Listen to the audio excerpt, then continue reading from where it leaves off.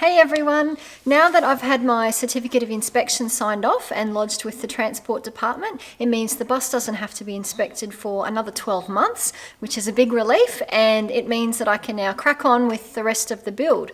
And the first job that I'm going to have a go at starting today is ripping up the old floor.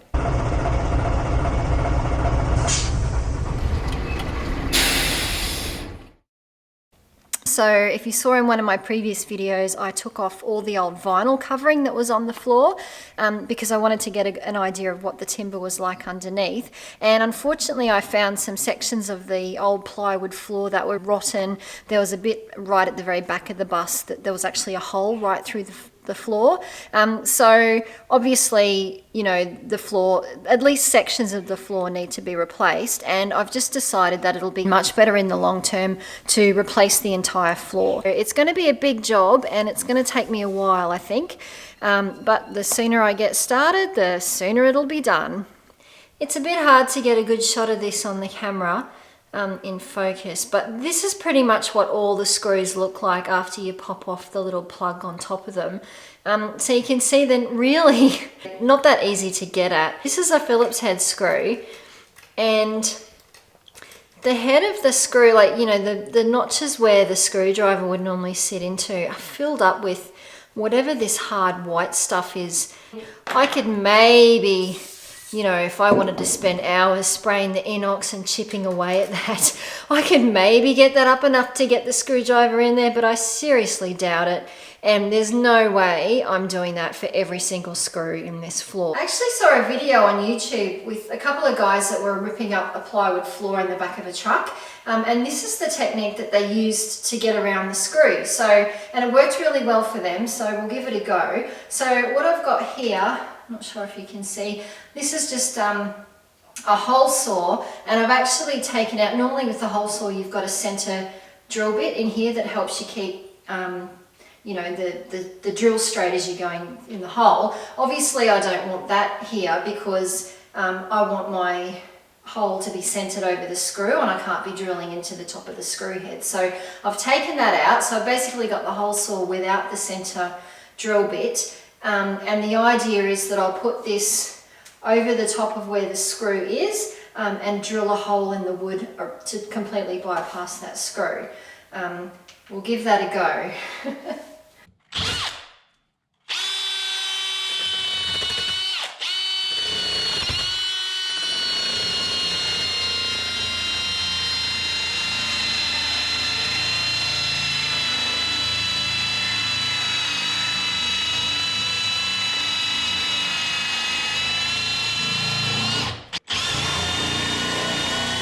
I've just switched over to the mains power corded drill because the cordless one that I had was really struggling a bit with the hole saw, so I could tell the battery was going to wear down pretty quickly, and I think this one will be able to handle the job much better.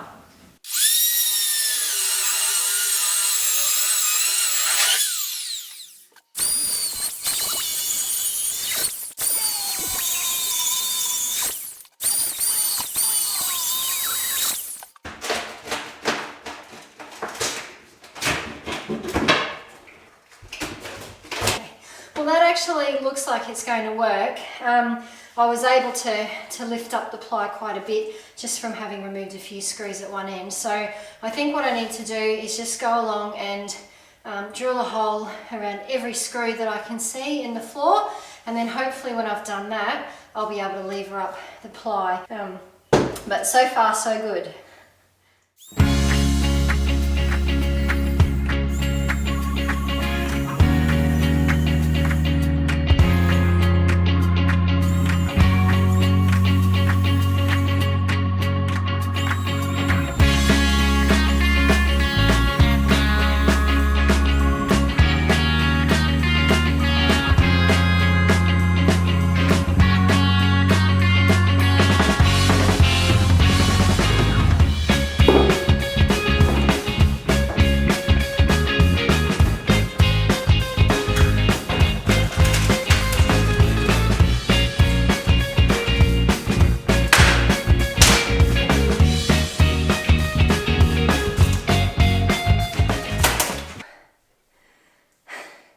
This is actually really hard work. And one of the things that's making it so difficult is that you just can't tell where all the bloody screws are. I mean, the screws sort of in the middle section are relatively easy to spot, and even if you can't see the actual screw head, you can sort of make out the plug on top of it. But along the edge here where the side bit meets the aisle, you actually can't see any screws. And I'm not sure if you can tell here, but this white stuff here, it's almost like some sort of plaster that they've plastered over. See this bit of ply here I've managed to get up a little bit. And see under there's actually a screw that was helping to hold this timber down.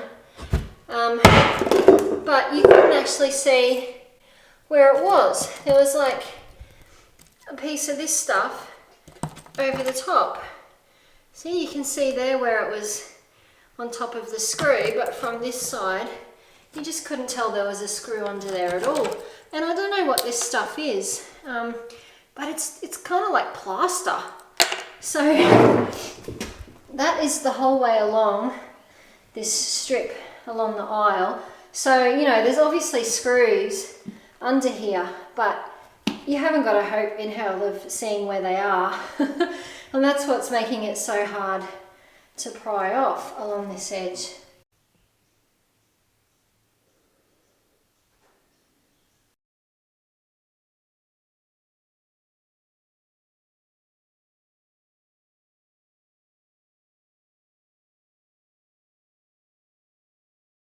So for the most part, the floor doesn't look and feel too bad, and certainly on this side, which is the driver's side, it actually looks a lot better than the passenger side. I mean, if you can see along the edge here, they've put this line of sealant along the edge where the floor joins up to the wall. And on this side, the sealant's actually still looks pretty bright and white for most of it.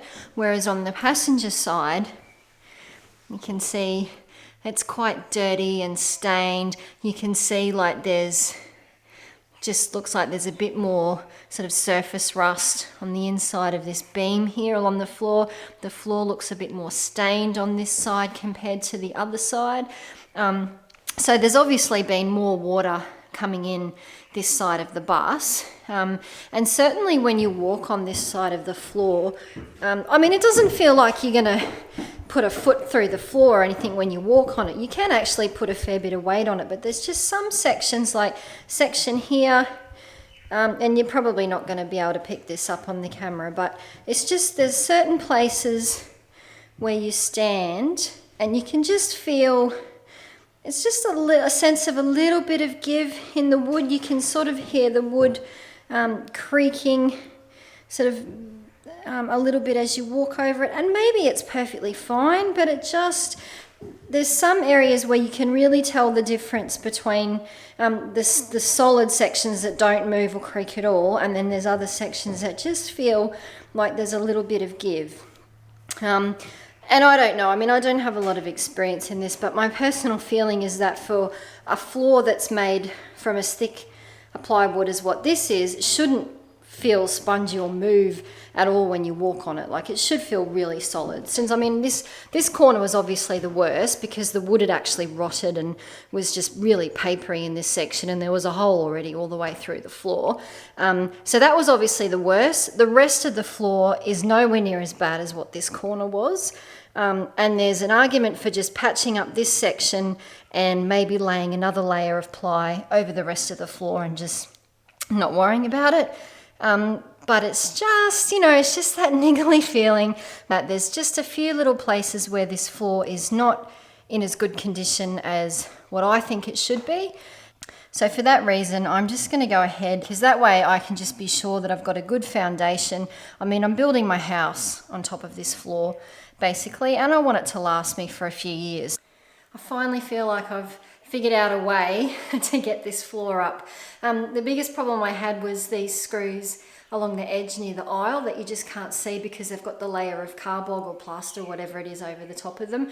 But I have actually managed to lever up the ply and find a few of those screws, and now I've got a rough idea. Fortunately, they're all about the same distance apart, so I'm able to sort of guesstimate where the next one will be, and just by chipping away the bog in that area, I'm able to find the screws. So all I need to do now is locate all of those screws and drill around them, and once I've done that, hopefully the ply will come up fairly easily.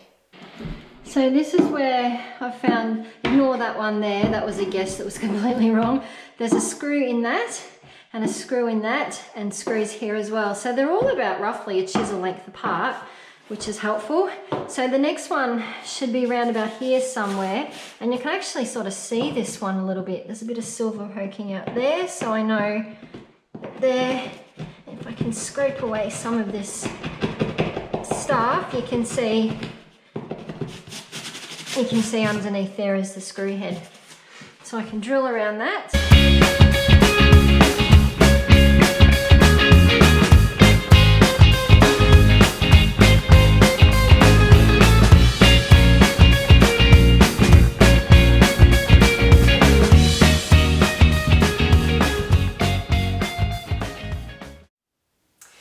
So yesterday I managed to find, well, I think I've managed to find all of the screws that are holding the plywood floor in. So now I'm actually able to lift up this ply pretty much the whole way along, except for the edge that's running along the outside wall of the bus. And the issue I have there is that the screws that are holding the floor in along that edge, pretty much all of them are just completely rusted, so there's no way to get them out. And I think the floor's also probably been glued along that edge as well. It's hard to believe that this piece that's running the full length of the main floor of the bus, which is over 9 meters long, is actually one single piece of plywood. I was expecting there to be sort of sections, you know, like the standard 2.4 or 2.7 meter lengths, but it's actually one massive long piece. So the plan today is, in order to get this up, I'm going to try cutting it into smaller sections, and hopefully if I can sort of jimmy it up with enough force, it'll actually just break those rusted screws along that edge, and I'll be able to get it all the way up.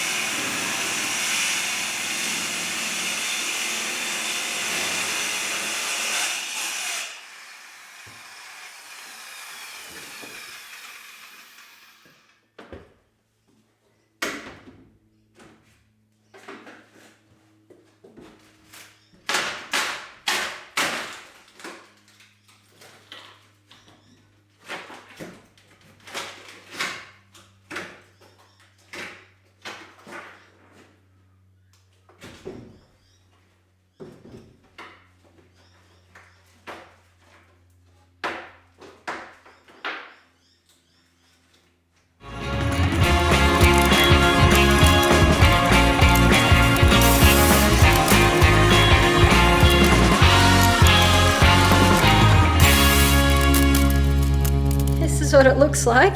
So you can see down there, that was the first bit I did the other day. It's my starter batteries down there. This bit of tin is over where the wheel is, I guess just to protect the underneath of the bus from any stones or whatever that might get flung up by the wheels as it's driving. This under here is actually the storage bins on the side of my bus, and the front, another bit of tin over where the wheel well is. This is the section of the frame I was most concerned about, because this is where, along here was where all those rusted screws were, and there is a bit of rust, especially just in this section of the frame here, but it's mostly surface rust. Like, the frame itself still feels pretty solid, but the rest of the frame, even like further along the wall there, doesn't look too bad, and the beams like further in towards the center of the bus, it's all super solid, and there's no sign of any rust.